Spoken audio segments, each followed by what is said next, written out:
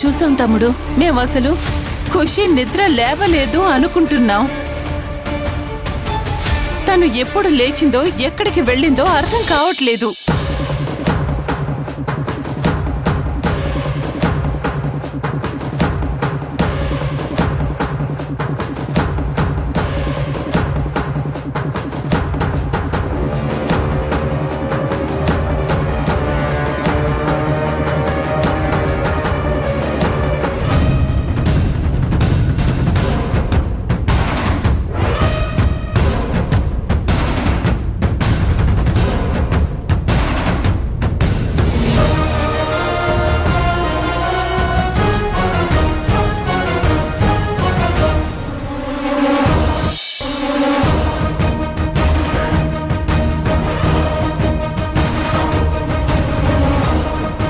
ఖుషి రాధ మీద బెంగ పెట్టుకుందిగా, తనని వెతుకుంటూ వెళ్ళిపోయి ఉంటుంది.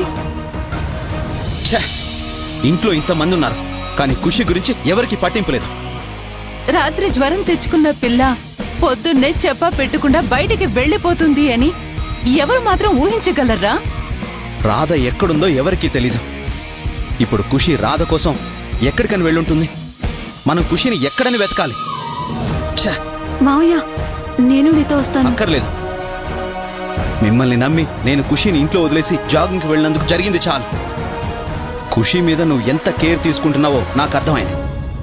ఇకపై ఖుషి విషయంలో నేనే జాగ్రత్తగా ఉంటాను.